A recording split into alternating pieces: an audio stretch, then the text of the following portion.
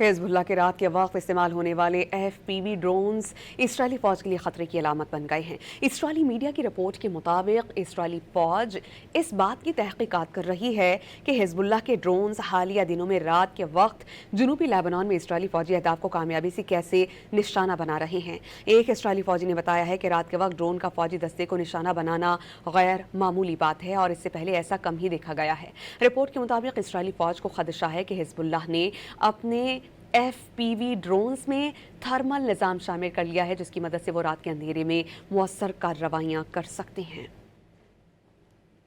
Hezbollah के रात के वक्त इस्तेमाल होने वाले FPV ड्रोन्स इसराइली फ़ौज के लिए ख़तरे की अलामत बन गए हैं। इसराइली मीडिया की रिपोर्ट के मुताबिक इसराइली फ़ौज इस बात की तहक़ीक़ात कर रही है कि हिज़्बुल्लाह के ड्रोन्स हालिया दिनों में रात के वक्त जनूबी लेबनान में इसराइली फ़ौजी अहदाफ को कामयाबी से कैसे निशाना बना रहे हैं। एक इसराइली फ़ौजी ने बताया है कि रात के वक्त ड्रोन का फ़ौजी दस्ते को निशाना बनाना गैर मामूली बात है और इससे पहले ऐसा कम ही देखा गया है। रिपोर्ट के मुताबिक इसराइली फ़ौज को खदशा है कि हिज़्बुल्लाह ने अपने FPV ड्रोन्स में थर्मल निज़ाम शामिल कर लिया है, जिसकी मदद से वो रात के अंधेरे में मुअस्सर कार्रवाइयाँ कर सकते हैं।